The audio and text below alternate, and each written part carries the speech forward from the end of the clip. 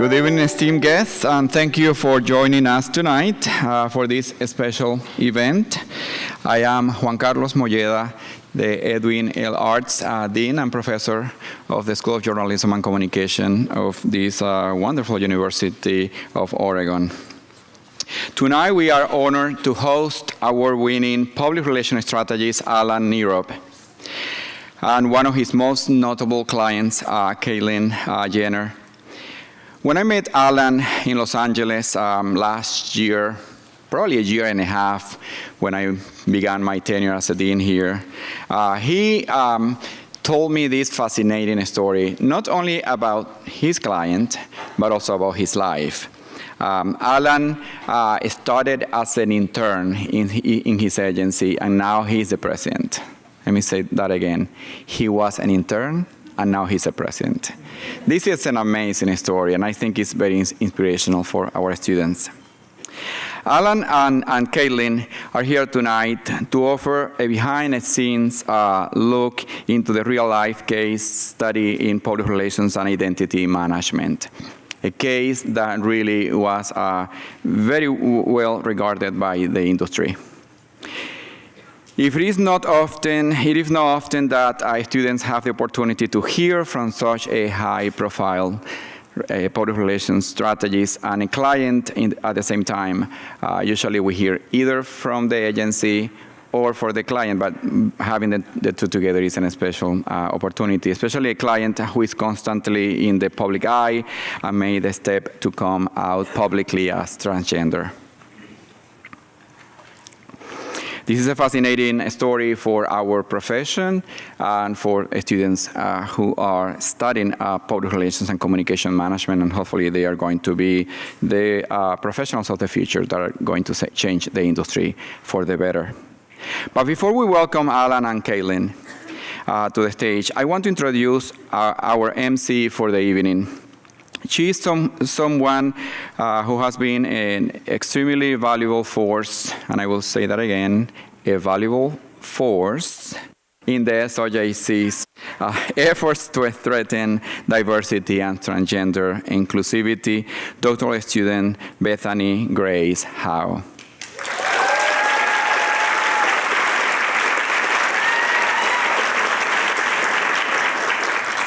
Bethany enrolled at the SOJC in 2015, before I came in as a dean. Prior to her transition, she has since used her own experiences coming out as an opportunity to educate those around her, including me, about an often misunderstood community. Bethany has served as a graduate teaching fellow at the SOJC and a mentor to students looking for help and support, both in class and in their personal lives. In fact, if you go to Alan Hall, to the third floor, you will find her seated and talking to students. She says that when students interrupt her work to talk, it's not a distraction, but rather an opportunity to do what she sees as her real job. She had also served as a member of our school diversity committee, and the University Committee on Sexual Orientation, Attraction, Gender Identity, and Expression, and is founding member and president of the U of O Queer Media Association and a recipient of the Martin Luther King Jr. Award presented by the U of O Division of Equity and Inclusion. Aside from her accolades and involvement in the community, Bethany is known around Allen Hall for her humor and her dedication to her students. So she's also a comedian, by the way. Our school has grown leaps and bounds since Bethany enrolled. And we have the privilege of learning from her as she continues on her own personal journey. So it is my pleasure to introduce you to Bethany Grace Howe.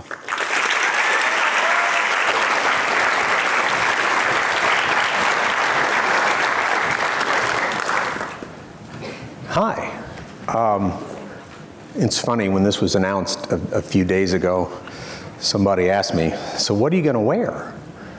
And I said, oh, girl, this is Hollywood. It's who I'm going to wear.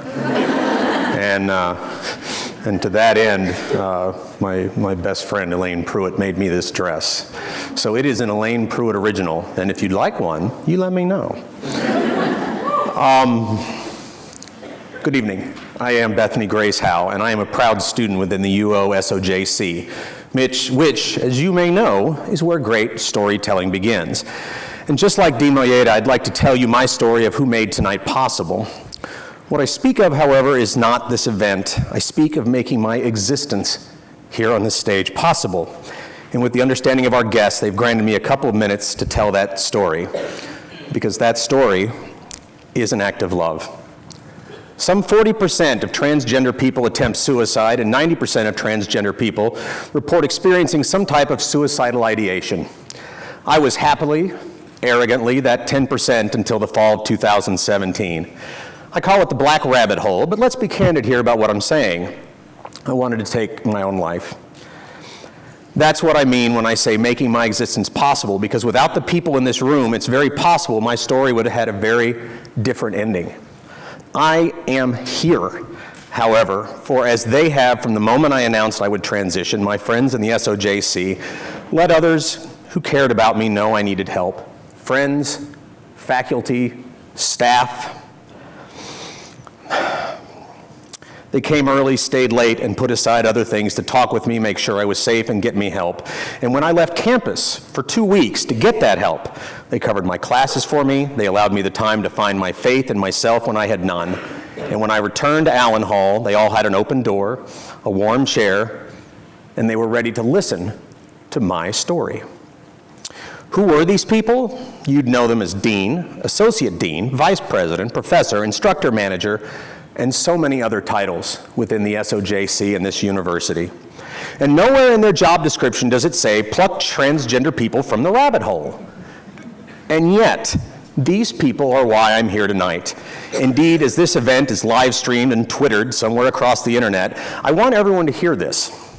Across this campus of the University of Oregon to the atriums of Allen Hall, this is the story of how you support transgender people. Theoretically, empirically, personal, I know this school has saved me in every way a person can be saved. No place is perfect, mistakes are made, but my story is a story of how you save lives, for it's not just about support when our souls cry out to die. It's because from the very beginning, you've showed us that you believe that our lives are a story worth telling. Before I go, there is one more group of people I need to thank, and that is all of you. In this room tonight, there are transgender teachers and students, transgender leaders and followers, transgender employees and athletes. I think I read one of them even has a gold medal. And others of you have come with them. Loved ones that believe that transgender people in your lives, even when you don't understand us, you believe us. You believe our story, our belief in ourselves enough for you to stand by us when others will not. You have been here. You will always be here. And even tonight, as we sit here together, you may be literally saving a life and not even know it. Perhaps that sounds crazy, but many of the people I mentioned tonight, until now, despite being forever in their debt, I'd never told them how much they made all of this possible. So that's how I'd like to end this story, by saying to my friends, both within this room and without, what I have so long to say. Thank you for your love. Thank you for my life. All right, well, I'm glad I got the waterproof makeup. Shit. All right, and now, why you really came here, to hear another story. One of self-determination, choice, and the power that comes with choosing your own narrative and what it takes to make the whole world share it. More, it's great storytelling that shows what happens when people believe in each other, support each other, and care about each other. It's a story of friendship and respect, even when things are at their worst. And if you don't see yourself as that kind of friend, well, that's okay too, because after tonight, maybe you will. Our first guest tonight is the co-author of that story, although he'd probably prefer the term ghostwriter. He's Mr. Alan Nierob, who is currently the president of Rogers & Cowan, a leading full-service entertainment, PR, and marketing agency, connecting brands with the media with offices based in Los Angeles, New York, Florida, and London. Now, if you're like me and not immersed in the world of public relations, you may not know what that means. So let me explain it another way. Mr. Nierob knows everybody. Over the years, Mr. Nierob has represented talent including, of course, Caitlyn Jenner and many other athletic overachievers like NBA All-Stars Dwight Howard and Shaquille O'Neal, as well as Indianapolis 500 champion Danny Sullivan and Baseball Hall of Fame shortstop Ozzie Smith. He's been involved in such films as the Academy Award-winning Braveheart, along with Ransom, Blue Chips, Conspiracy Theory, Lethal Weapon 4, Payback, What Women Want, The Passion of the Christ, Apocalypto, and Dreamgirls, just to name a few. He's worked with producers and directors, including Brian Grazer, Ron Howard, Mel Gibson, Denzel Washington, Andrew Davis, Mike Newell, and he may have even seen Dead People when working with M. Night Shyamalan. Oh, thank God somebody got that joke. And it may have just been the old people in the room, I don't know.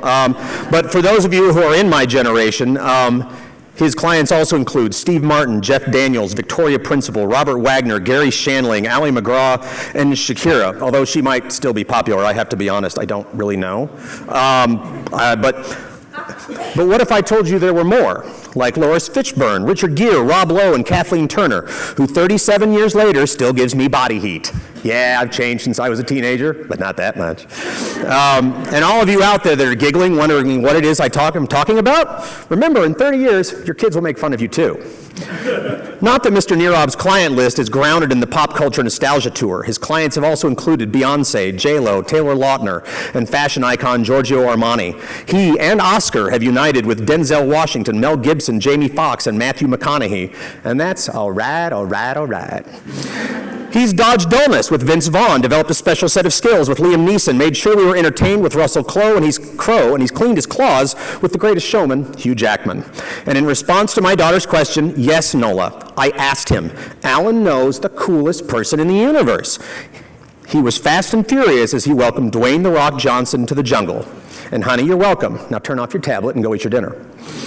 But even those aren't the coolest things about Mr. Nierob's client list. He's worked with Chris Pratt and Robert Downey Jr., and unlike half the cast of the Avengers, Alan is still alive at the end of Infinity War, which is so nice. Not content to just work with celluloid, Mr. Nierob has had a role in combating cellulite by representing celebrity clients in their endorsements and creation of various products, such as Victoria Principal's skincare line, Principal Secret, Ali McGraw's award-winning video, Yoga, Mind and Body, and J-Lo's fashion line, J-Lo by Jennifer Lopez. He has also represented numerous celebrity-authored best-selling books, as well as created marketing and campaign strategies, including infomercial sponsorships and in celebrity tie-ins. Yes, not only does he know everyone, he does everything. But here's the thing. Mr. Nierob doesn't just represent the award-winning best, he is the award-winning best. In 2007, Mr. Nierob was awarded the Les Mason Award, which honors those in the field of public relations whose achievements have been outstanding, whose work reflects the highest professional ideals. Those worthy of being singled out by their peers for the highest honor of the Publicists Guild can bestow on one of its own members. In 2015, he received the Prism Award given by the Public Relations Society of America, Los Angeles chapter, for outstanding achievement in publicity. Now, as you might expect, Mr. Nierob being from Southern California, he went to school there too, but I have some excellent news. He did not attend USC. He's a graduate of UCLA, as well as a frequent guest lecturer at his alma mater. And that's how lucky we are here at the UO tonight. And as long as Chip Kelly doesn't come back to haunt us on the Bruins sidelines this year at Artzt, we'll continue feeling that way about UCLA. But what he's doing tonight here is something he's very good at, public speaking, which he's done at the American Film Institute. He delivered the commencement address to the 2010 Communication Studies graduating class at UCLA's Royce Hall, which may be one of the reasons in 2017 Mr. Nierob became a founding member of the UCLA Department of Communication Studies Board of Visitors.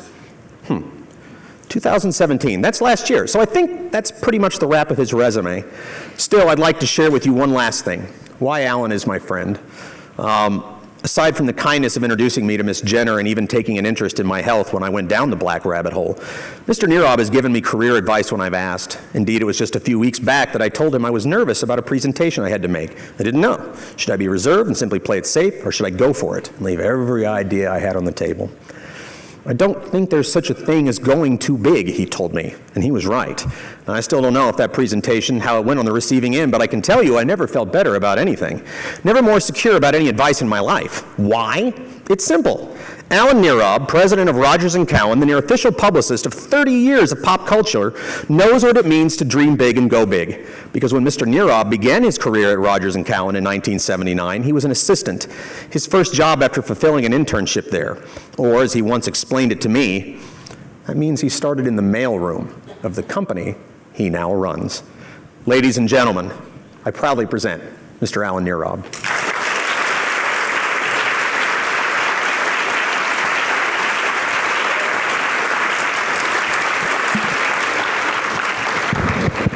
That was awful. That was terrible. That's embarrassing. Actually, most importantly, I am a father of a duck who's here, my son Josh. And that's why I'm here. You got to remember your priorities. And all that stuff is all fine and dandy. But at the end of the day, I'm a dad. Just like you all have parents and friends, people looking out for you here. I am so honored to be here at the University of Oregon. I love this school.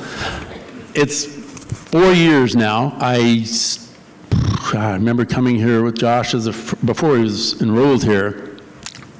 This would have been the last place I thought he'd choose. And we got back on the plane, going back to California, and he said, "Dad, I love it. That's where I want to go." And I'm like, "Really? Seriously? Okay. You know what? Good. Go for it." And it's been a wonderful, not only education for him, it's been a wonderful education for me. So thank you all, because we wouldn't be here without your generosity. And I spoke to the journalism students and faculty a couple years ago. Any excuse to see my son, of course. And one of the people in the class, one of the classes I took was Bethany. And we had actually, I had been here a couple weeks previously. We snuck in, Caitlyn Jenner and I, to shoot the cover of Sports Illustrated. Because Hayward Field is where she first qualified for the Olympics in 1972. And then following that, a few years later, she qualified again in 76, but in 75 she was here, and she holds 2 world records performed at Hayward Stadium. So it's a special place for her as well. So we actually brought the photographer in who shot the famous Bruce Jenner crossing the finish line from the Olympics in Montreal and winning the decathlon. And they brought him in. He was 83 years old, I believe, at the time. And he shot the newest cover of Caitlyn Jenner on Sports Illustrated that came out about 1.5 years ago. So it was a very special moment. Oregon seems to breed special moments, and hopefully this will be one for you once I get off and Caitlyn gets on the stage. But Bethany was troubled at that time, to say the least. And you just sort of know it when somebody's hurting, and you pay attention. And what you learn in business, as in life, when you pay attention, you learn. It's not always the person talking. Listen. The smartest people you know in business know how to listen. It's important when I address students at UCLA where I speak, I listen to them. I listened to you guys speaking with a few of the PR students earlier. I listened to them and I learned. I learned from Bethany. And Bethany was going through something, and I said, "You know what? I think maybe I can help. I'm not really certain." So I went back to my office, California, and I called Caitlyn. I said, "You know what? I did this at the University of Oregon where my son's at school, and I met somebody, and you know what? I think she needs some help." And that started a relationship with you and Caitlyn on the phone. They never met till tonight. And that's pretty much why we're here. Now, quickly, my story with Caitlyn is I knew Bruce Jenner in the early 80s. Bruce Jenner was a client of my company, Rogers & Cowan, the minute he crossed the finish line and became the world's best athlete in 1976. I, of course, was in college at the time. And we struck up a friendship, and he was a client of the company at that time. And I remember he invited me to dinner. It was just the two of us, and he said, I got a problem. The New York Times is trying to find out and actually publish a story that Bruce Jenner was a cross-dresser, which wasn't the case. Bruce Jenner wasn't a cross-dresser. But with the help of his manager at the time, an attorney, we killed the story. But Bruce confided in me at that dinner. He says, I don't know. I've got this thing called gender dysphoria. Or I'm not even sure if he knew at that time what that term was, or knew the term, but I have a soul of a woman. And my response, being naive and not really versed at all, I said, so does that mean you're gay? That was my response.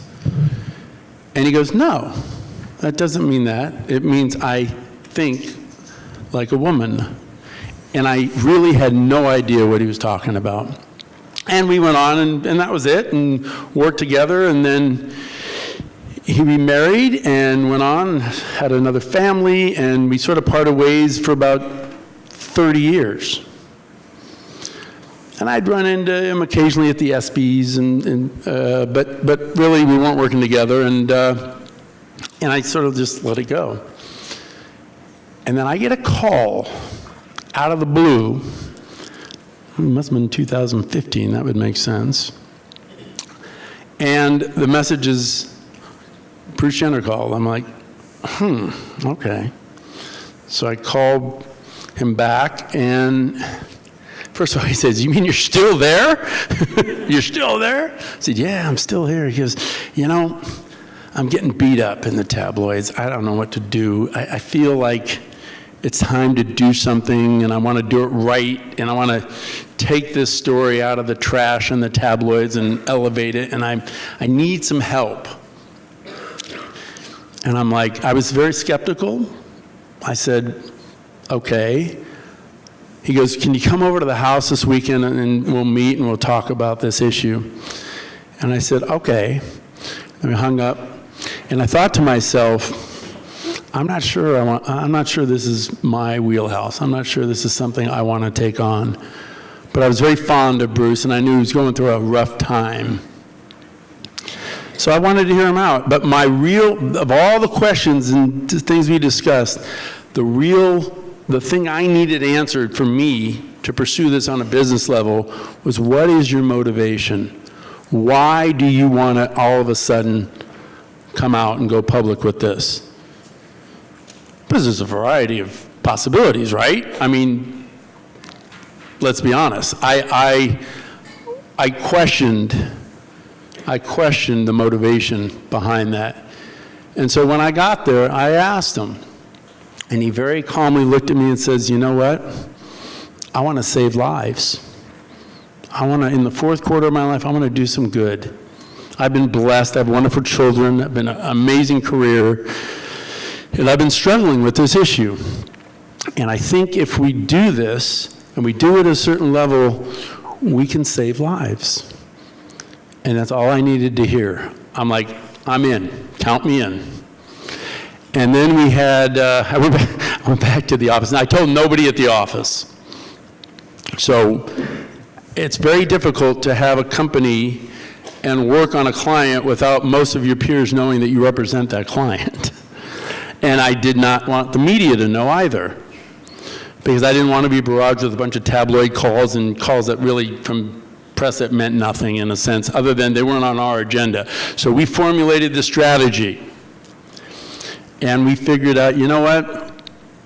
We can educate people on an issue they know very little about. How do we do that? Well, for you journalism students, television is much more of a credible medium than print. You're in your living room, you're watching something, it's coming into your living room, you're making a choice to watch it. It's a visual. So we figured, who is the best, most credible journalist there is? Period. And it was Diane Sawyer. There was not a plan B. Now, unfortunately, Diane, who I had known over the years, had recently lost her husband, and she basically had taken a leave of absence. So, of course, Caitlyn and I are thinking, you know what? If we can get her to do this may be really good for her as well, to come out of her semi-retirement at that stage and find something, if she's passionate enough about this, to basically make history, to make television history. And she came on board. And she came on board with such passion that we figured this is more than about Bruce Jenner transitioning. This is about educating the world on the subject. So part of our deal, and it wasn't a deal where like you have to do this or you don't get it. That's not the way it works with someone like Diane, and that's not the way I work. Basically, we want to educate. And my job as Caitlyn's representative is to not only educate with this, but I need to gain support. I need sympathy, and then I want people rooting for her at the end of this interview, or I haven't done my job. And there's a whole generation of people that have no idea who Bruce Jenner is other than being the dad in the Kardashians, right? And speaking of the Kardashians, that was one of my biggest problems in terms of credibility to launch this campaign. Nothing personal against them, but what I was up against is half the people who watch that show would think this is a publicity stunt, wouldn't they? I had an informal marketing group in my office. Pizza and beer gets the staff to stay late all the time. And I asked them, old, young, women, men, what would you want to ask Bruce Jenner if you had a chance? Bless you. And a couple girls and I say, well, is this a publicity stunt? So out of respect to her family, I had to build that wall with ABC News and Diane Sawyer not to include the Kardashians, other than obviously a mention of them. But if you notice, the kids on that show, and I don't know how many of you saw it, if you haven't, give yourself a little break and go watch it, because you have the Jenner kids. Not for any other reason other than we wanted to give you foundation. And we also had to inform you and educate you who is Bruce Jenner, other than the Kardashians' dad. So the entire first part of the 2-hour special, it grew from 1 hour to 2 hours, was the feats of Bruce Jenner in the 70s and the 80s. The world's greatest athlete, the epitome of masculinity. We wanted everybody to remind them or to inform them who this person was and is, and then bring it to today. So it was a great conversation. I was actually up here for Parents' Weekend. I remember very clearly, Friday night, running to my television. Sorry, Josh, I gotta go. I go to my room and watch this special. But I had promised Caitlyn Saturday morning after the 2020 special aired that Friday night, I would go to Hayward Field and answer every email from my phone. And I did. I got there early, 7 a.m., and about 3 hours later, I was then answering every media inquiry that came about from that special. And it was a life-changing weekend for me as well, because I knew we had succeeded, and we did it with dignity, we did it with class, and with respect. And now she had a chance. She had a chance. But the next part of the equation, which was all completed, our strategy, we were only going to do 3 things for the year. We were going to say goodbye to Bruce on the Diane Sawyer special and introduce the world to Caitlyn Jenner. Well, how do we do that? Well, let's just think large. I remember asking Bruce at the time, what magazine have you always wanted to be on the cover of? And just nonchalant, Vanity Fair, Vogue, somebody. Okay, and I just let it go. I went back to my office the next week and I called the editor of Vanity Fair. I said, all right, here's the deal. Here's what I'm thinking of. This is all in confidence. I knew her well enough to know that it would stay between us. And this is still before the media knew that Caitlyn and I were working together. This is in January. Diane Sawyer aired in April. Vanity Fair was a July issue out June 1st. So I made one call to ABC, and Diane and her producer. The next call was to Vanity Fair. How do we launch Caitlyn? How do we introduce everyone to Caitlyn? Now, crisis communication, I know you're all interested in it. When we aired that Diane Sawyer special, I had every gay and lesbian activist group, trans groups glad very important, they were pushing us hard when that aired that night to refer to Bruce as now she and tell us her name. But that wasn't our plan. And I remember saying to the head of GLAAD, which is a wonderfully respected organization, I saying, your walls are too small for us. We're going to enlarge your walls and your universe a little. Just let us do this. Fact is, they had no choice. They didn't know the name. They didn't know much about it other than they were putting pressure on us. Don't fall for the pressure. Trust your gut, trust your instinct, trust your experience. It'll always win out. And if you guess wrong, you guess wrong. But the fact of it is, we knew we had a plan. And then the third leg of that plan was to Caitlyn's coming out party. Hence the Arthur Ashe Award for Courage at the ESPYs that July. That was it. That was our strategy. And you know what? It actually worked. We pulled it off. And I'm going to turn it over to Bethany now because I'm done talking. And the person who I cannot tell you, she takes it. They go after her. Her own community goes after her in a lot of ways. And you know what? Everyone in this room is the same. There's nobody different here. Yet we're all different. And thank goodness we're all different. Because it makes the world a lot more interesting. Don't you think, Bethany? Uh-huh.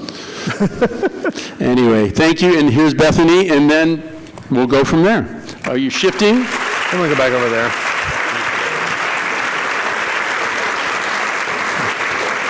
All right. I've been asked a lot of questions by a lot of people this week. That's what happens when you're the fourth name on the program, and the first two are out of state, and the third one leaves the country. To paraphrase Henry Ford, you can have any interview you want, as long as it's the SOJC PhD student. Everyone had good questions, which is awesome, because most of the people that interviewed me are current students or graduate of this school, and one of them even used to be my student. That would be awful if they were terrible. That said, each one of them did ask me a version of the same question. What does Caitlyn Jenner mean to you? Well, as a PhD student and a researcher, I'm happy to explain that.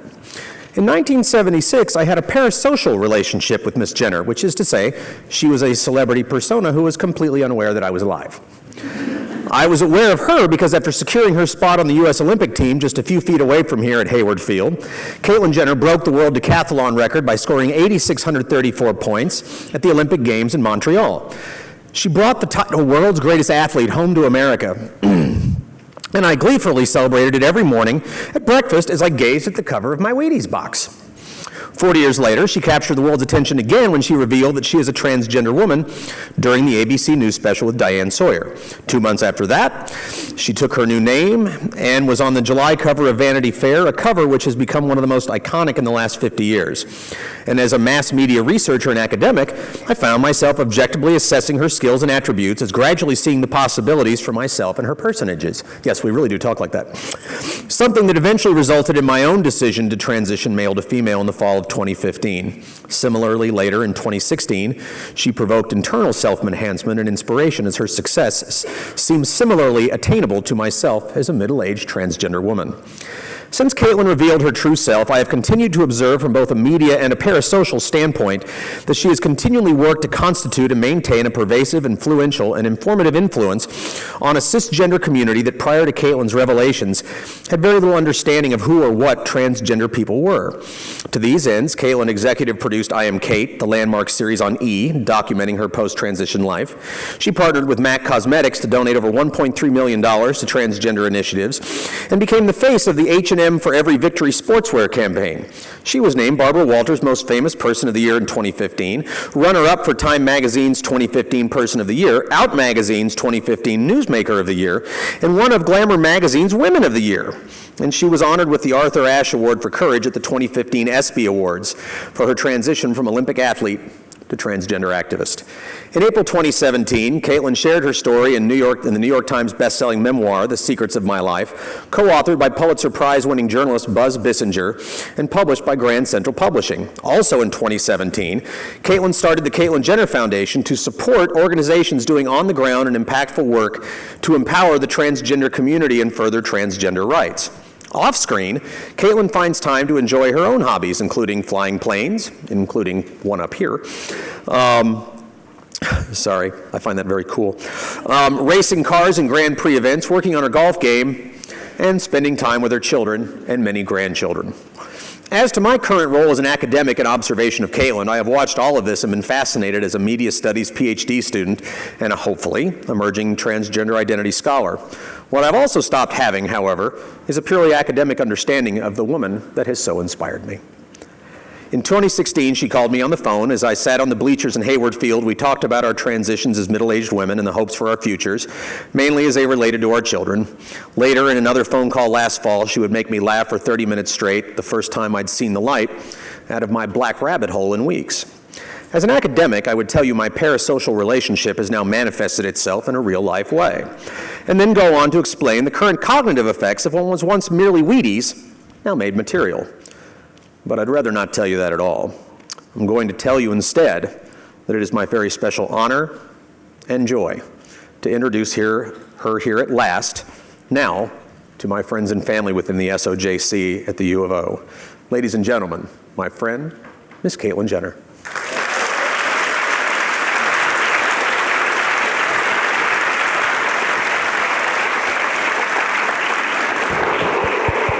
So glad we could make it.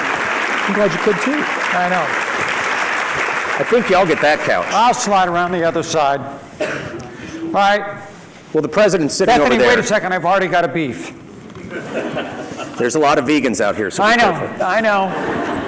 Alan's introduction was longer than mine. Here we go. You see what I have to deal with? I gotta be honest, I pretty much went with what y'all gave me, and he wrote it longer than yours. Oh, well, that's true. That's Control the narrative. Remember that. Control the narrative. stole the narrative. When I was writing the introductions, I very carefully was like, whatever you do, don't take anything out. Yeah, I get know. it. Yeah. All right. What we're gonna do tonight, folks. Where do you want to start? We had, when you all got your tickets, you all had the opportunity to write a question. And what we did was we took all those questions and we kind of divided them up. And we're going to kind of go through them in sort of different blocks in terms of PR as a career, in terms of the mechanics. Nothing too personal, because I do blush. Not a problem. Not a problem. Okay. I blush too, but that's only because I go to the Mac counter. Good. And the mechanics of PR in terms of the nuts and bolts, and obviously that's something y'all know intimately. A little bit on politics, let's be honest. It's kind of an elephant in the room, but again, just to be perfectly honest, of the 40 questions we had submitted, the vast majority were about PR. So that's what we're going to spend our night on. Good. And then there are some at the end just about life as a transgender woman in a spotlight that, quite frankly, most of us can barely imagine. So with that in mind, let's get started. Alan, this question comes from Ashley F., and that is, what personality characteristics are most important to be successful in public relations? People skills. Real simple. If you can't deal with people, you will not go very far in public relations. People skills. Simple as that. Caitlyn, as somebody who has obviously been on the receiving end of people skills, are there things with public relations professionals that have ever, and this is for you too, Alan, anything that's ever turned you off, where you're just like, okay, that is a person I don't ever need to interact with again? Not as when it comes to, I've been with Alan the whole time. Yeah, I started with Alan over, in the early 80s. We're talking, 30-something years ago. And then I had a 30-year hiatus from Alan. And he was talking earlier, when I finally had come to peace with myself. I had raised 10 wonderful children who are all doing so well. And Chris and I had gone our separate directions, not because of these issues, because of other issues. And there I was, back in Malibu. And I had to have long conversations with all my kids about what I have lived with all my life. I'm dealing with the same things today that I was dealing with when I was this high, okay? And they don't go away. You can't take like 2 aspirin and get plenty of sleep and wake up the next morning and you're going to be fine. It just is with you. It's part of you. What am I going to do about it? And so the last thing I had to go is, I'm a person of faith. I had to go to my pastor and I think everybody asks that question if they have any faith at all. And, you know, God, why did you do this to me? Why is this in my head all the time? And, you know, at one point thought about suicide. It's kind of the easy way out. But I thought, how stupid is that? Because I don't want to silence my voice. I'd rather be out there. So, you know, made the decision that that's what I'm going to do. So the only person I knew when it comes to PR was really Alan, and he was the only one that knew my story from back in the 80s, you know. Even then I struggled during the 80s. I stayed in my house for almost 6 years and never really came out because I never felt like I fit in anywhere besides to go to work once in a while. Yeah, I was struggling back then. I was on hormones, I'm in therapy. I'm thinking, I'm gonna do this before I'm 40 because I don't want to be an old chick. Then I found out old chicks are pretty cool, but that's a whole nother thing. Thank God. Yeah, right, we rock. I'm telling you, we rock it. Remember that. Yeah, and so anyway, yeah, so Alan's pretty much the only PR guy I've been with. So yeah, I mean, but Alan and I, honestly, he's, I think, the best PR guy in town. He's president of Rogers & Cowan, but more importantly, we are really, really close, good friends. Alan would always be there for him. I know all his clients that he has, and he has many clients. He's like their best buddy, and everybody loves him. So when it comes to PR and stuff like that, you really have to have a personal relation. It is just very personal. Plus, you have to trust your publicist, and 30 some odd years went by, and I didn't tell a soul. Yeah. I mean, also, I love your line about when you were thinking about suicide. At the end of the day, the real reason, or one of the real reasons you didn't, is you want to know how the story ends. Yes, I didn't want the story to end that way. I was out there walking in a field, walking across this field, and I was thinking the night before, there was a picture coming out, and I knew it was coming out, and TMZ was going to do it. And I knew all hell is going to break loose tomorrow, that day. And I thought, like, I'm just done with this. I had 4 or 5 paparazzi cars following me everywhere I went. People were harassing me. I mean, taking pictures, coming up with every stupid story there was out there, putting my face on some woman's body on the cover. I think it was Us magazine or something like that. It was just, and I would walk through the grocery line, and my kids would walk through the grocery line and look at this crap, and it was just horrible, you know? And anyway, so finally I decided to do something about it and tell my story. And like I said earlier, I am a person of faith. And that day when I was walking through that big field all by myself after the night before was horrible, I thought maybe this is the reason God put me on this earth, is to see if I can make a difference in the world. The trans community has been around throughout humanity, okay? There are trans people everywhere. Trans issues do not have borders, okay? It's part of humanity. It doesn't stop at the border. It continues on. And these are people, and these are legitimate, I mean, these are great people. I have met, I mean, we certainly have our issues in this community, big time. But I have met some of the most fascinating people in the world who are in my community. I mean, there's nothing better than going to dinner with like 4 or 5 trans women, okay? And we go like to Nobu. And yeah, and we have this wonderful dinner, and we're all sitting around the table and just swapping stories, and oh my God, they're just fascinating. Honestly, if you ever know anybody or ever did, ask them, and most trans people are very willing to talk about their situation, but some of the most fascinating people. Now on the other side, we have our big time issues, especially with the trans women of color. In fact, through the foundation, that's where most of my dollars go, is to organizations that help them. They've been by far the most marginalized part of the community. Right now, we lose a trans woman of color to murder 1 every 2 weeks. 1 every 2 weeks. We average for the last couple of years 24 to 28 homicides of trans women. Primarily, the majority of them are of trans women of color. They have the biggest homeless rate. They have the biggest suicide rate. The list goes on and on and on.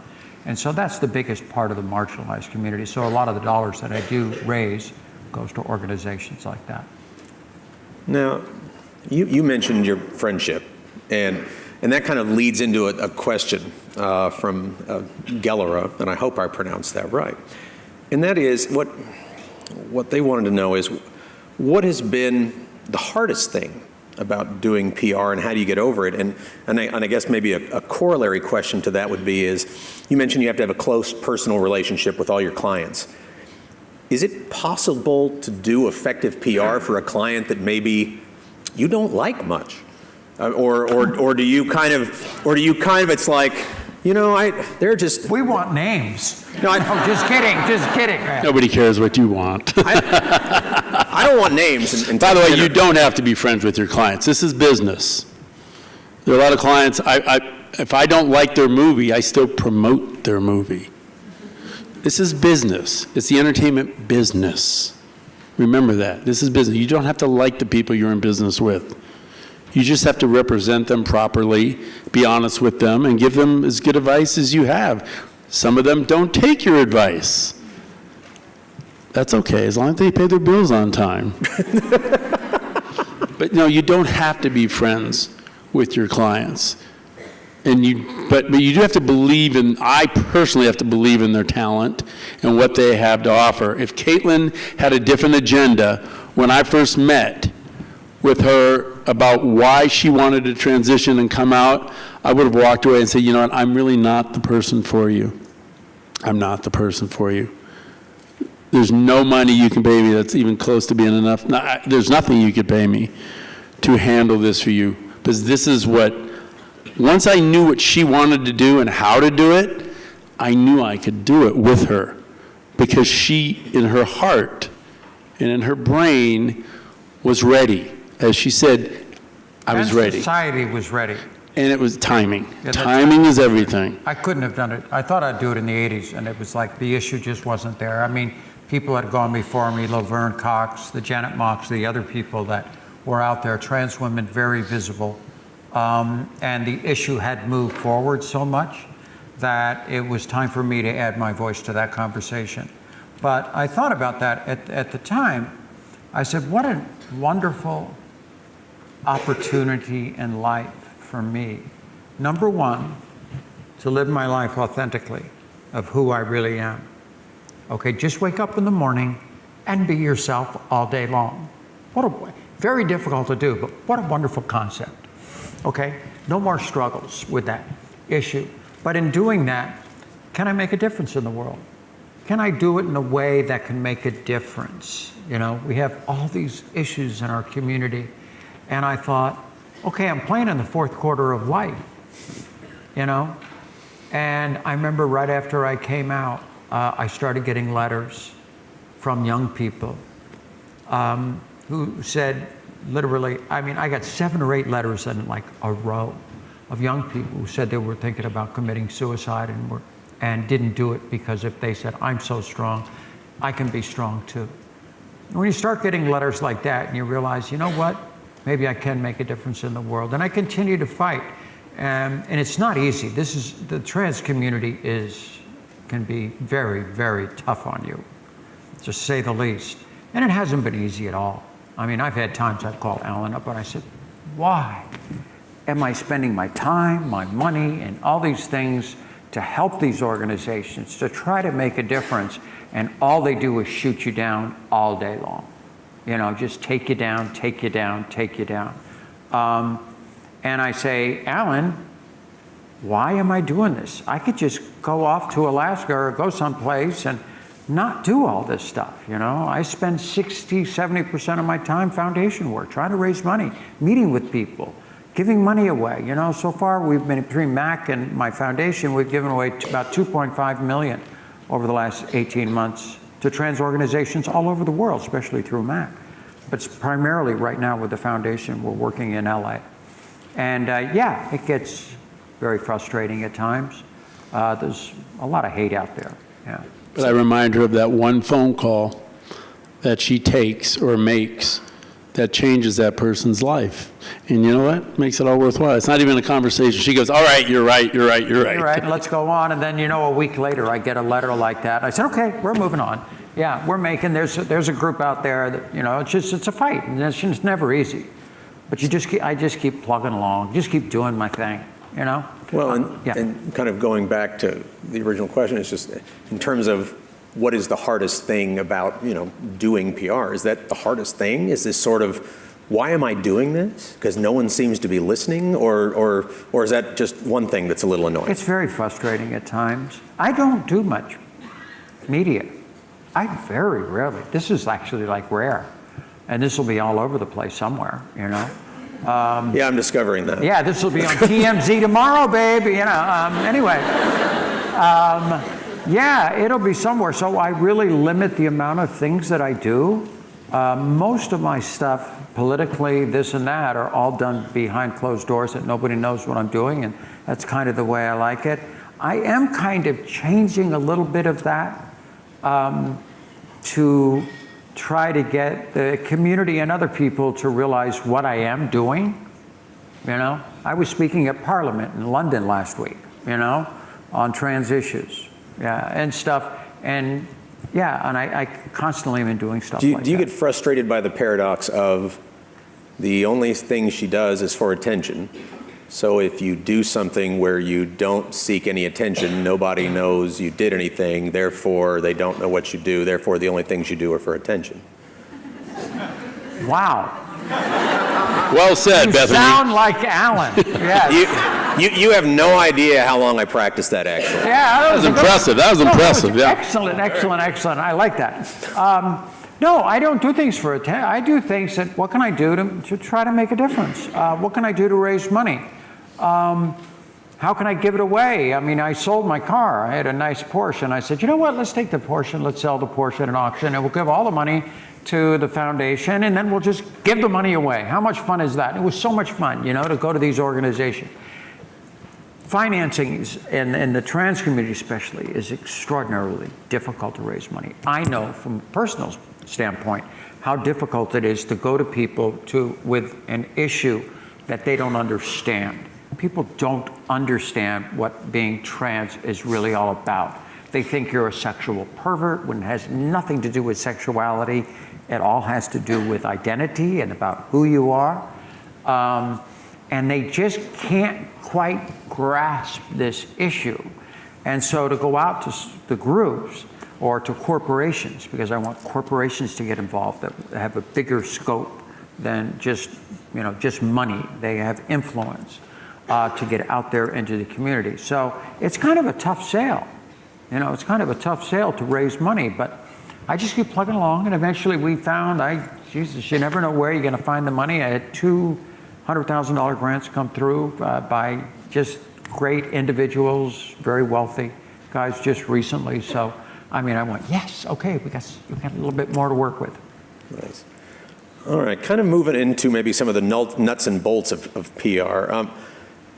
Alan, in terms of negative publicity, how much time do you allow to pass before you respond to something? Is there like a tipping point where it's like, okay, this is not going to go away, or is it you pounce on it, or is it determined by circumstance? It's a good question. It's a good question. I want to hear this one, Alan. Oh, wait, let me give credit. Aside from How do you figure that out? Who asked that question? Yeah, it was me. No. That comes from Damaris. If Yeah. you're Damaris, Where are you? see Alan later and get a job. Where are you? Okay. There you go. Damaris. Mars. Here's the deal. You usually, in my position, you usually know about the negative publicity and the issue before anyone else does and before it's published or posted. So preparation is key in our business. Remember I mentioned controlling the narrative? I've had situations where I knew a client was going to be sued for, let's say, harassment from a staff member or somebody, and we'll throw it out there. And the first hit's usually the most important. And if you know someone's going to attack, you can plan your defense, right? So we'll let that roll if it's to the client's advantage. Because I always know, they say always what, the best attorney is the one that knows the answers to every question they ask before they ask that question. And I know there's a couple of legal scholars here. One runs your university, by the way. But isn't that true? You have to know the answer before you ask the question, or you don't ask it in court. So I usually know the end result before it even is initiated out in the public. So that's where your preparation comes in. And depending on the issue, depending who's involved and what it involves, you either hit it before it hits, you hit it immediately afterwards. I mean, if you get caught and someone's accusing you of something and someone's coming at you, from a practical standpoint, you want the news cycle to be the shortest possible. So you want to answer within 15 minutes, let's say, and have your answer or your response included in that first reporting cycle, because then there's not a second cycle. If you have to wait a week or you wait a couple days, the issue that was hot today, is lining the cat litter box tomorrow. So at the end of the day, you don't want to have a second cycle. You don't want the news cycle to continue. So you want to nip it in the bud. So you respond then, you close it. It's done. So if you can, you want to respond sooner than later, again, depending on the issue. But in general, you want it to be in the same news cycle so there's not a subsequent cycle following with your response. But then you're just bringing it to people's attention again. And a lot of the problems we have obviously stem from social media, but if somebody goes after a client, let's say, and that client, some of them read everything, some of them don't. The ones that read a lot, they think the world's falling apart because one person has posted on their blog X, Y, or Z. And it's my job, and people like me, to give them the voice of reason. Nobody really cares about this but you. But you can't really say it that way because they'll be offended. You have to be that. Well, because you understand it. Okay. But you have to be judicious. But the fact is, you have to convince them it's really not a big issue. It's just not. Or you know what, the royal wedding's tomorrow, don't worry about it. It's going to be off the page. No one's going to pay attention in about 5 hours, okay? So you have to sort of understand the news and what they're covering and the timing of it. And that all sort of filters into your decision-making process on how quickly to respond or not. And sometimes you don't respond at all because you know it's going to go away. I found that most of the negative things that have come my way over the last couple of years is not about me. It's about the other person. I had this woman come up. I went to the LA Trans Choir was doing a tribute to David Bowie, and so they asked me to come. I had donated to them the year before, quite a bit of money, the biggest donation they'd ever had. I love the LA Trans Choir. You got like 40, 50 people up there, all trans, singing the national anthem at Dodger Stadium. They're out, they're beautiful, they're just wonderful. I just love these people, because they're visible, they're out there. And I want to support that. So I gave them a really nice thing. And so they asked me to come. And they said that the night was brought to you by the Caitlyn Jenner Foundation. And then there was nothing but love in the room. I mean, people coming up, hugging you, all these, probably of the 300 people, probably 150 of them were trans, love in the room and this and that. When it's over with, I get up and I'm getting ready to go, and the next thing I turn around and there's this girl, Ashley, right in my face, and just started screaming at me, okay? Calling me a fraud, calling me this, oh my God, you're a Republican and you're this. And you don't do anything and you don't know what just went absolutely off on me. And first thing I said is, okay, just don't say anything. The only thing I did say is said, you don't even know me. And she looks at me, I know you, screaming at me. And I look off on the side and there she's got a camera. And the camera's recording the whole thing. So I know, keep your mouth shut. And Sophia was in the back, she was with me, and the person that works with my foundation is there, and another trans woman of color was there. and they're trying to back her off in this. Within 10 minutes of me leaving that place and going, and everybody was so upset because there was nothing but love in the room except for one person, went out online. Her yelling at me was online within 10 minutes of me leaving the facility, okay? And I go, oh God, here we go. And of course now TMZ is picking it up. They want her to be on. It was all about her, it wasn't about me, okay? I don't want to go on TMZ, all right?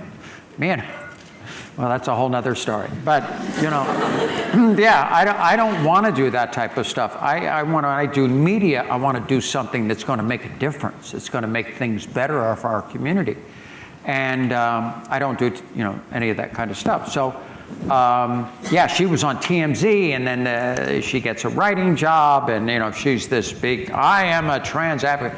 And you even ran into her for this event. Yes. It's been, I got a little slice of your world. Yeah. Same Love woman. this, but this is fantastic. Yeah, same woman. Yeah, here we go. No, it's been interesting. I've had several days where, I walked up to somebody who I've considered a peer and simply said, I respect the fact that you don't agree on this. And they just looked right at me and said, thank you for selling us out. And I was like, okay. And what do you say to that? You say, I respect your opinion and I respectfully disagree, and you move on, because discourse without purpose is meaningless. And I don't think when somebody says that to you to begin with, that they're interested in discourse. And as somebody who has spent a lot of my life reacting, I think maybe one of the things I've learned in the last few years, and quite frankly, the last week, is sometimes the best reaction is no reaction at all. Yeah, I just can't. I'm the same way. I just can't let it affect me, and I just keep moving on.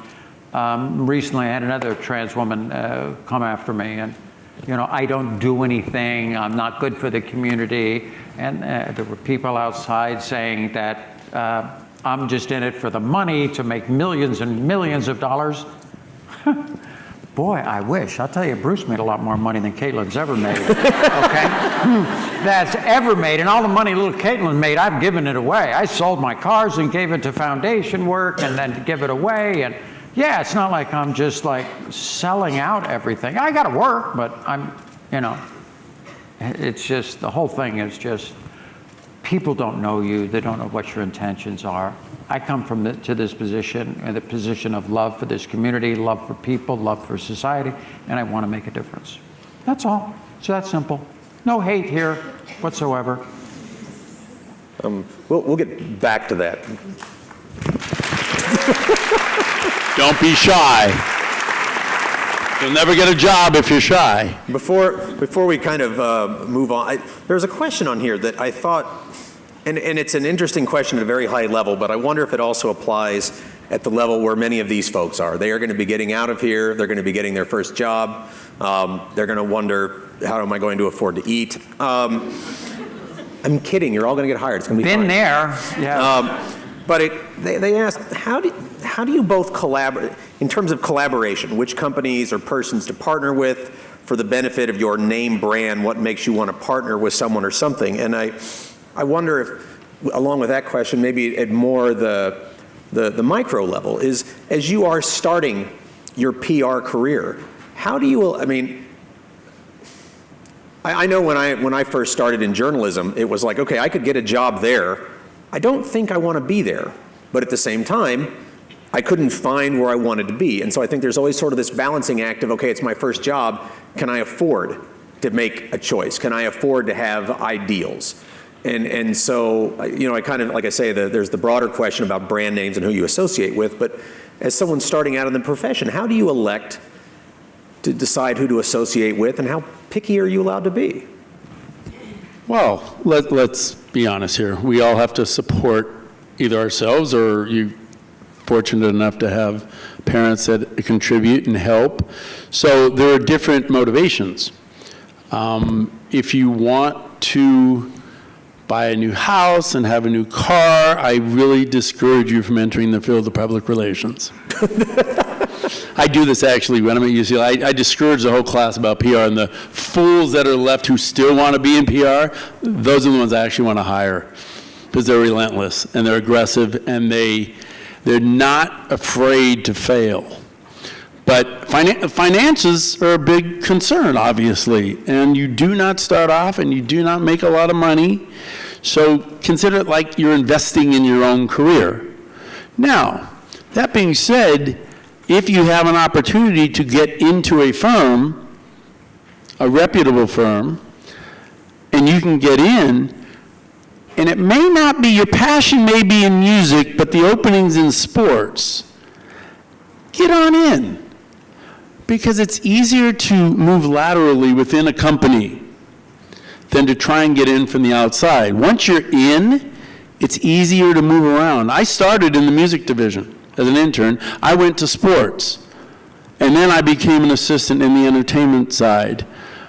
But I didn't really know what I wanted. And most of you really aren't that clear as to what you want to do, and you don't really know till you try. It took me 2 years to describe to my father what I did, what public relations was, because he couldn't the concept didn't resonate. He was a plumbing contractor. He didn't get it. If I didn't come home with dirty hands and physically exhausted, I wasn't really working. So get in there, learn, but again, network. You probably have all heard that word, networking. Your peers right here are the ones that you're going to be working with in the future. Cultivate that network, cultivate the relationship. One's going over the tech, the other's going to sports, the other's going to music. Stay in touch, network. You'd be shocked at how many journalists and editors and heads of studios and networks that I actually knew from high school and college, or I met at an internship. Doctor. That's the way it is. I got that just big time. I told every one of my kids, I got a lot of kids, okay? And I've told every one of them, I say, especially the last two, Kendall and Kylie, I say, when they were little, be nice to everybody, even the person carrying your bags, okay? Be nice to everybody. You never know. Cut to the first show I did after the games in 1976. Was a show called, I had never even held a microphone, and I'm doing this television show with Howard Cosell. And it's like the first, I've never known her on camera, me and Howard Cosell. Anyway, I do the show, and I have to go to New York to do the voiceover. And it's this celebrity challenge thing. And I'm in New York, and of course it's running a little bit late. And so I had to catch a flight to get to some other job. And so my stuff was still all back at the hotel room. So we asked one of our production guys if he would run over to the hotel, pack up my bags, throw them down, go downstairs, throw them in his car, drive over here and wait downstairs in New York, right downstairs. And so as soon as I'm done, I'm going downstairs, jump in the car, and off to the airport. It worked perfectly. Got to the airport on time. The guy was a really nice young guy. And we talked a little bit on the way, kind of became little friends. That guy today, Bob Iger, chairman of the board and CEO of all of Disney. Okay? Be nice to everybody. Okay? The funny thing, last time we were together, Caitlyn said, "Can you get my car for me, please?" Even in my position and being trans and being public and everything, honestly, I take it personally to be nice to people. I take 40 selfies with people, 50 selfies with people every day, okay? That can get like tiring, okay? How many selfies can you do in a day, okay? I can't walk down a street. Poor Sophia, we were just in New York or in London last week, and she kind of got a little upset because every place I've walked, people are always, "Oh, can I have a picture? Can I have a..." It's tough to walk from one place to another, and they all want selfies. It used to be autographs in the old days. Now it's the selfie. But I go out of my way to be nice, because I figure most of those people have never met anybody who's trans, Probably 98% of them don't know anybody who's trans. When they meet somebody, I want it to be a really nice experience. I want them to walk away saying, oh my God, Caitlyn was so nice. You took my picture and this and that. I want that to be just to represent the community, you know? First of all, that was Madeline's question. I want to give credit where credit's due, because I don't have an intelligent question in me. I just steal y'all's. Just know that. Okay, well, I will say this, is backstage, I got to introduce a few of my friends to Caitlyn, and you said yes to every single photograph, although I think we tried to take our own photos, because hopefully that was a little less exhausting. No, yeah, yes. You guys were great. I love those things. I love, building memories for people. It's just so much fun. I have a great time doing it. All right. As I mentioned, we're probably going to spend a minute or two talking about the elephant in the room. And this is a question from Desiree. I'm sorry, from Matt, and we'll get back to Desiree's, I hope. The question is there a difficulty in attempting to provide representation to the transgender movement without making it a political party movement? And I guess what I'm kind of wondering is in correlation with public relations. It seems to me we're living in a time where 4 or 5 years ago, you could vote for the out party or whatever. In Hollywood, there are a number of known conservatives. We now live in an area where it seems like even your vote makes you, it's no longer, you're an enemy of the state, you're an enemy of the people. And I mean, I think about my own life, and I mean, one of my best friends in the world, her name's Tara, and she's here tonight, and she's about the most Republican person I know. The only thing blue about her is the Blue Lives Matter bumper sticker. I tried telling her that was in support of Democrats. She didn't buy it. She's very smart. But she's my friend. She's one of my best friends, and I have absolutely no problem saying that. And yet we're in an environment where, as a celebrity, if you are known to consort with members of the other party, that is now a public relations problem. And so going back to the question is, how do you navigate this space where everything is a political statement when you don't want things to be a political statement? You simply want them to exist for what they are. Well, interestingly enough, when Bruce Jenner confided to Diane Sawyer in front of millions of people, 17 million to be exact, that he was transitioning, that was big news, right? That was nothing compared to the news that Bruce Jenner was a Republican. In the same interview, within that 2 hours, all this wonderful stuff about transitioning, and what gave you more heart? What, people came at you and attacked you. It was you more think it was about to come out as transition? a Republican than it was to come out as trans. Okay? Yeah. I mean, it was just ridiculous. Yeah. Ridiculous. Yeah, you can't get it. From my standpoint, I've always been very conservative. I grew up, I'm 68 years old. I grew up in the 50s and 60s. Things were different. And I've just always been more on the conservative side, and I'm not a one-issue voter. I'm not going to vote just on one issue. I'm going to vote on all the issues. And I've just always been on the Republican Party, although they've really disappointed me in a lot of things when it comes to conservative thinking, limited government and all those types of things. They've disappointed me quite a bit, but that's just always where I've been. I didn't think it was that big a deal, okay? Until, oh my God, you come out as trans, and then on the bus we talked about, they're all, how can you be a Democrat, or how can you be a Republican? And it's just like the whole thing so blew up out of place, and then Trump getting in, and oh God, it's just like the whole thing's just totally blown up. And I'm kind of just like, okay, and what am I gonna? I'm just gonna move on in life. So how do you? And this ties into Desiree's question. Well, because you had a lot of political questions came up. How can you be? Well, actually, we didn't. That's the funny thing. I've got one more, and then we're moving on because most people want to know about other stuff. All right. It's a PR audience. They want to know what they. Yeah. I mean, let's be honest. It's in real interesting issues, right? What's in this for me?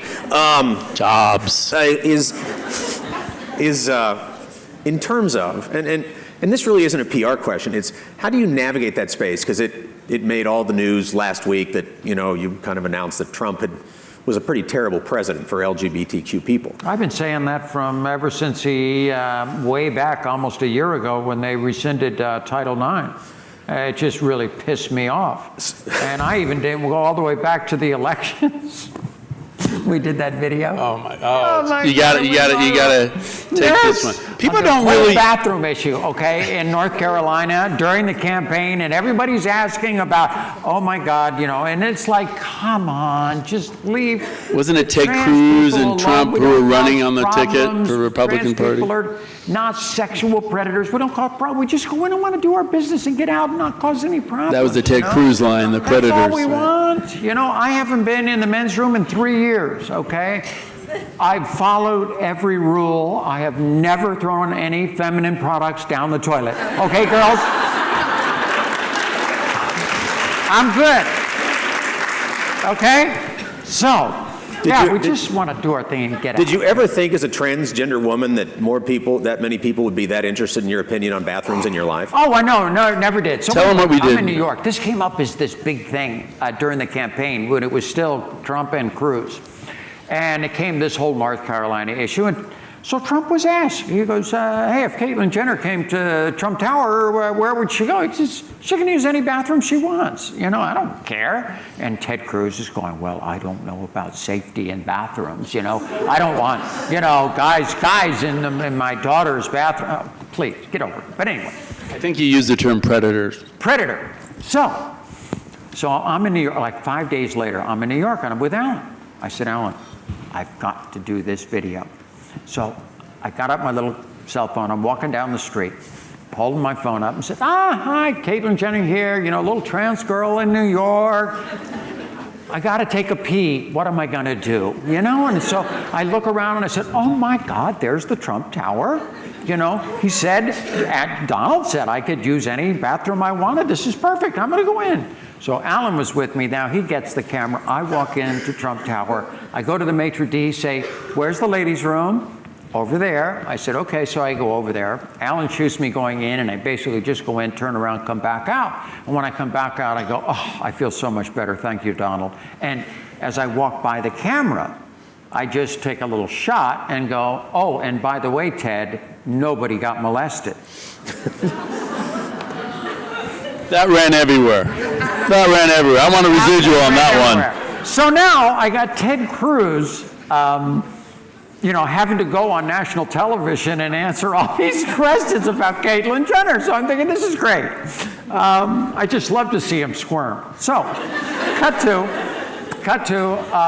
right about at that time, I went to I go to Washington, D.C. probably about every 2 months.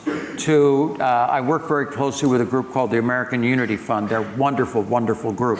Their only mission statement of the American Unity Fund is to get the Republican Party to do a better job with all LGBT issues. They are on top of everything. Wonderful, wonderful group. So I go back there, at least like a couple of weeks ago, I was back doing a whole bunch of stuff on the trans-military stuff with them, meeting with senators, congressmen, this and that.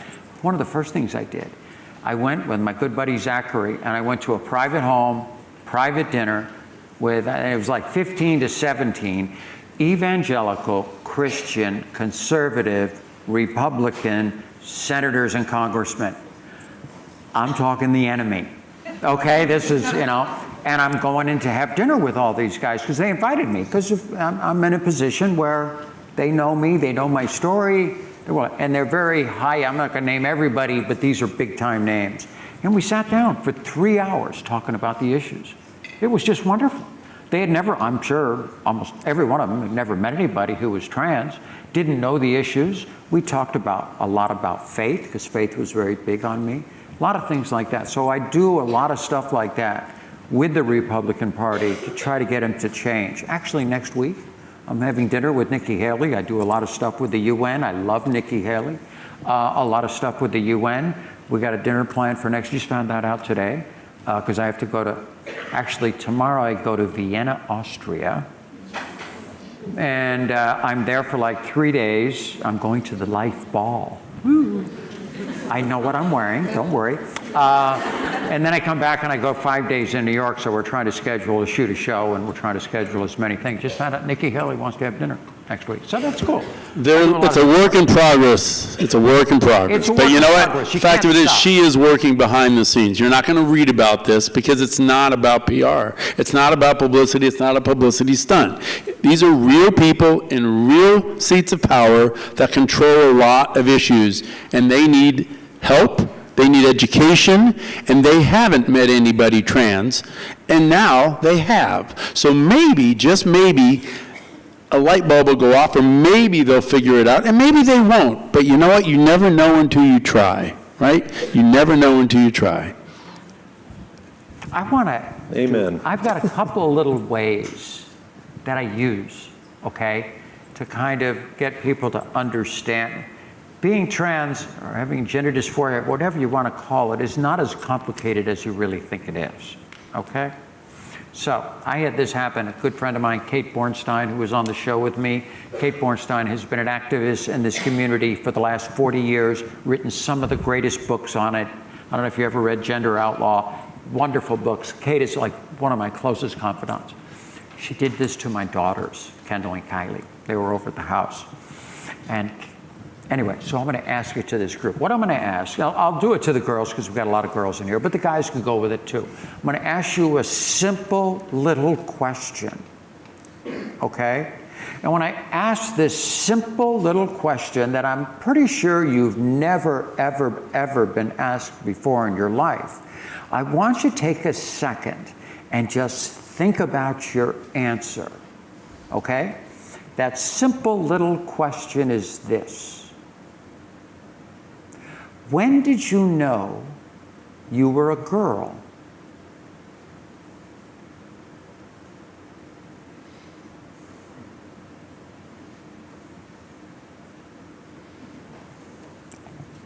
Every time I ask that simple little question, I look around the audience, and you can see, in this case, the girls, every girl go, wow, wait a second, when did I know I was a girl? And they start thinking about this. That is what is in the head of a trans person, okay? That was probably the first time in your life you ever really thought about gender, not about sexuality, not about any of that other stuff. This is gender, this is who you are, okay? Now for a trans person, that thought is in their head 24 hours a day, 365 days out of the year for their entire life, okay? And it's how are you going to handle it? How are you going to deal with that question in your head about who you are?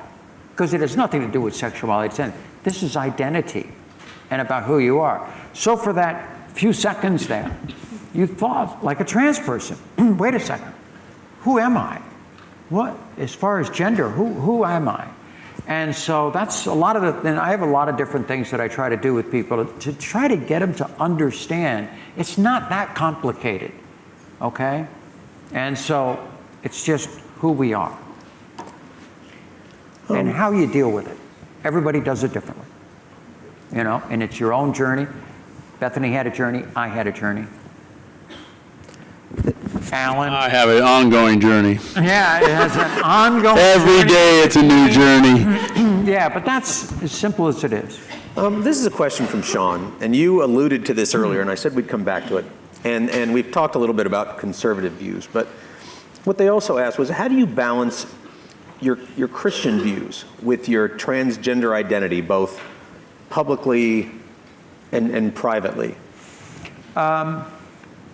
My entire life, when you talk about Christian feeling, I'm a person of faith. I have sat in church my entire life, not even listening to sermons. I would sit there and I would ask myself, why? God, why? Is there an answer? Am I doing the right thing? Why is my head into this space and I just can't get rid of it?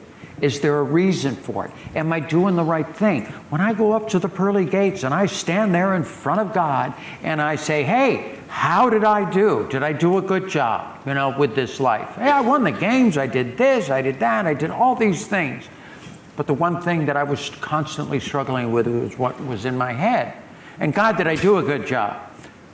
And that was kind of the last thing I had to get over with. And that came from all the way to the point where when I thought about suicide, I thought, that's ridiculous. You know, I got to do something. I just, what a great opportunity at my age, at that time, like 64, to reinvent myself, to try to make a difference in the world, because maybe I can. I don't know. Maybe I can. I'm going to give it a shot anyway.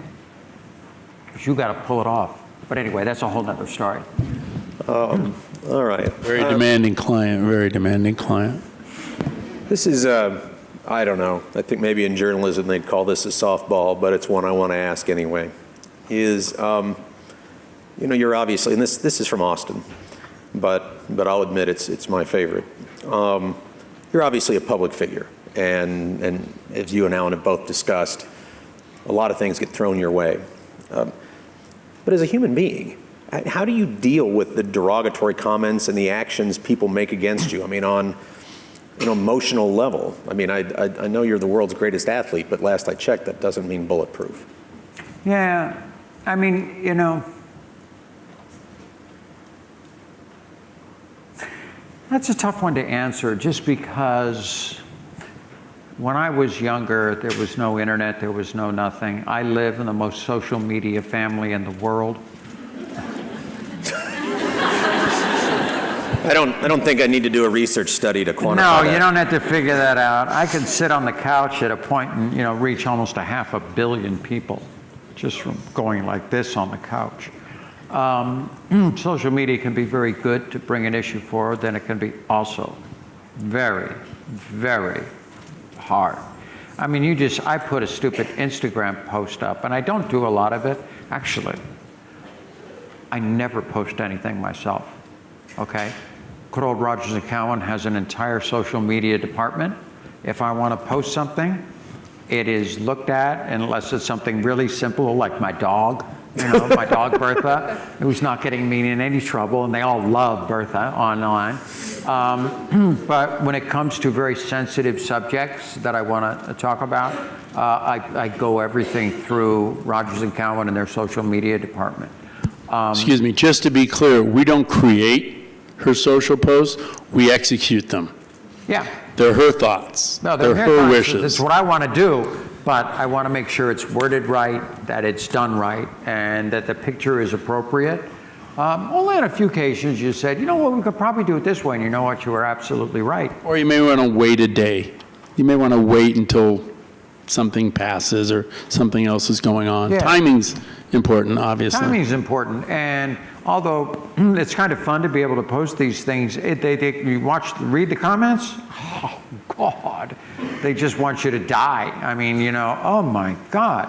And I don't really read them. I never, you know, but once in a while when I'm sitting in an airport and I'm bored and I want to laugh, I'll read these comments and I'll go, oh my God, there are a bunch of idiots out there, you know? How do they come up with this stuff? And, you know, it's just, that is not, besides the one thing that Ashley did, who came up to me at the trans choir, that was the only negative comments that anybody has ever to my face come up to. I am met every day with love, with respect. People are so nice to me, face to face. You just don't read what's happening online. Unfortunately, you need online for the things that I'm doing. You know, you need that online presence and you know, hopefully millions of followers. But I have been met over the last 3 years with nothing but love. And people come up and hug me. It's amazing. I mean, it's just amazing. I've been very blessed. Let me discuss the difference of having an intermediary go through the social media posts. If she wants to tweet something out and it'll come through us first, just think if you were someone who didn't have that, like maybe Roseanne Barr? She probably wouldn't have been posted if she had somebody is an intermediary. You see? It's real simple, isn't it? Doesn't take a brain surgeon to figure that one out. It's important. Yeah. And as you guys enter the world of public relations, understand that's a big part of the job right now, is controlling social media and editing your own clients. It's a big part of the job. It's just, social media can take you down, you know? It's, it doesn't represent the population. It only represents a very tiny portion that gets a big voice. Just recently, I had this trans woman did a YouTube post or something saying she's doing nothing for the trans community. She doesn't, and I'm thinking every day that's all I do is try to do and raise money. And I haven't talked to her in over 2 years. She has no idea what I'm doing. And oh my God, then all the press goes viral on it. And you know, they show her, and then TMZ wants to talk to her, and all these people, and all of a sudden somebody who's really not in the media a lot, she's in there once in a while, all of a sudden everybody's calling her, think this is great. You know, we dump on Caitlyn, you know, we get a shot on, you know, on TMZ. And so, yeah, and you get a lot of that, and I get it. And my response is, don't worry about it. Nobody cares. Yeah, and I call up Truthfully. Alan. Truthfully. Oh, look what this girl Nobody really is saying. cares. Yeah, and Alan goes, just Let's go to Oregon and make a difference. That's what I let's said. go to work and do some good stuff, not to deal with these people. And on that note, I think you have. Ladies and gentlemen, that is our presentation. You know what? We're not done yet. We're not done. Bethany thinks we're done. I just want to, first of all, the reason I came here, I mean, at my own expense, I'm not getting paid for this, and I, on the other hand, am getting Okay, paid yeah. greatly. Yeah, I'm Alan. not cheap. Yeah, I'm not getting paid to this. The money, you know, comes out of my pocket to get up here to do this. And tomorrow I got to be on a 5:30 flight out of LA, or the next morning. So anyway, I got to go back today or tomorrow. And but the reason I came is because of Bethany. Not only did we form a relationship, that this is the first time that we've had an opportunity to personally meet, besides talking on the telephone. Bethany has also done some really, really, really good research on trans issues, on the media, on all of that stuff. She's really had some great writings. And so with my foundation, I need researchers. I need people. The one thing that just kills me is our suicide rate in the trans community is 9 times higher than the general public. And suicide is part of I've been there. I know what it's like. But anyway, we need really good research. So I talked to my board. Unfortunately, me, as the head of the Caitlyn Jenner Foundation, I can't really give money away. I have to talk to the board. But fortunately, they had all seen your work, and I know you've talked to them. So we all decided that we wanted to present you with a check for $10,000. Okay? To help you with your research. Okay? Thank you so much. Yeah, you're quite welcome. You got it. Yeah. Because Well research deserved. is very important, and you do such a wonderful job that through the foundation. It's real, I wanted Bethany, to it's make real. sure- It's not a publicity stunt. It's real. It's real, yeah. Yeah. That's She's even your better than those star. big fake ones, because this one's, whoa, okay. Yeah, but it really help out, and I know everybody at the foundation really loves the writing that you've done up to this point, and the things and the research that you've done, and the ideas that you have, and we appreciate it, and we want that to continue, and so through the foundation, we want you to be involved. I won't let you down. You got it, babe.